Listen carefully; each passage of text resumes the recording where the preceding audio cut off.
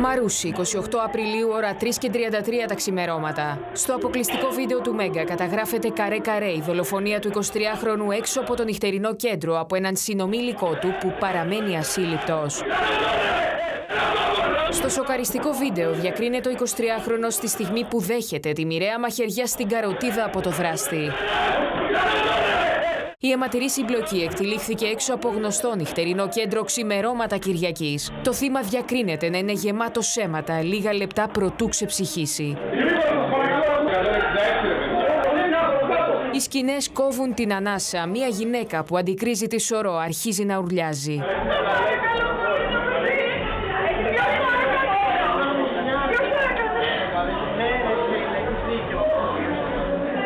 Όλα έγιναν μέσα σε 10 δευτερόλεπτα. Ο 23χρονος δέχεται τη μαχαιριά στο λαιμό. Προσπαθεί να αντιδράσει. Τραβά όπλο από το τσαντάκι για να πυροβολήσει το δράστη. Με το δεξί του χέρι πιάνει το λαιμό του. Δευτερόλεπτα μετά θα αφήσει την τελευταία του πνοή στην είσοδο του μαγαζιού με την παρέα του αλλά και τους υπεύθυνους του καταστήματος να φωνάζουν για βοήθεια και να καλούν την αστυνομία.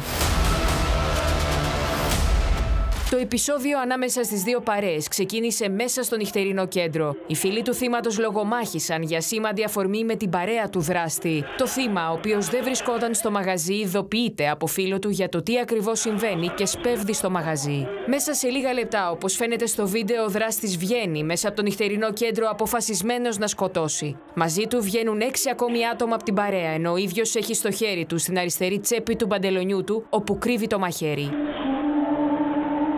Με το που ξεκινάει η άγρια συμπλοκή, ο νεαρός τρέχει προς την πλευρά του θύματος και του καταφέρνει το θανάσιμο πλήγμα, μαχαιρώνοντάς τον στην καροτίδα. Το θύμα βγάζει ένα πιστόλι από το τσαντάκι και προσπαθεί να απαντήσει. Ωστόσο, χάνει πολύ αίμα και δεν πατάει τη σκανδάλη. Απομακρύνεται από το σημείο και λίγα μέτρα μακριά πέφτει αναίσθητο στο έδαφος, ενώ ο δράστης τρέχοντας μπαίνει στο μαγαζί.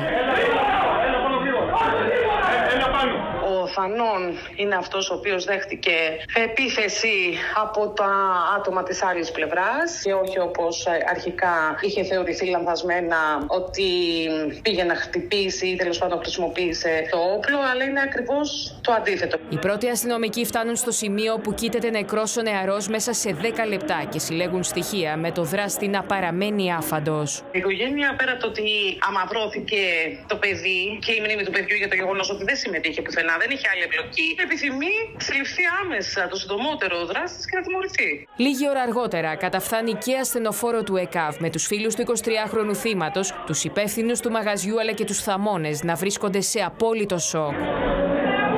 Από την επίθεση είχε τραυματιστεί στην κοιλιά ένας ακόμη 23χρονος, στρατιωτικός και ένας 26χρονος.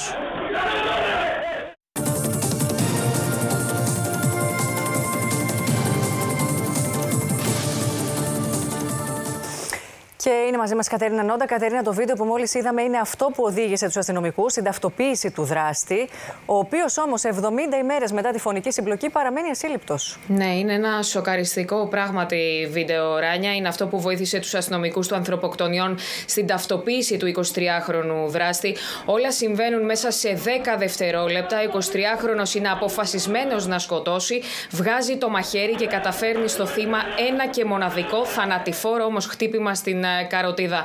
Μετά την επίθεση βλέπουμε στο βίντεο ότι μπαίνει πάλι μέσα στο μαγαζί τρέχοντας και εξαφανίζεται. Είναι αυτό εδώ το ντοκουμέντο από την πίσω πόρτα. Είναι κάτοικος Αθηνών. Φαίνονται ξεκάθαρα τα χαρακτηριστικά του στο βίντεο. Είναι γνωστός στις αρχές, Κατερίνα. Είναι γνώριμος των αρχών, είναι σεσημασμένος, έχει απασχολήσει ξανά για παραβάσεις του νόμου περί εξαρτησιογόνων ουσιών, περί όπλων, φωτοβολίδων, πυρομαχικών αλλά και για απίθεια. Έχει εκδοθεί σε βάρος του ένταλμα σύλληψης. 70 ημέρες μετά τη φωνική συμπλοκή παραμένει άφαντος. Δεν γνωρίζουν οι αρχές πού ακριβώς είναι αυτή την ώρα και η οικογένεια βέβαια του θανόντος ζητά δικαίωση, ζητά την άμεση σύλληψή του. Σε ευχαριστώ πολύ.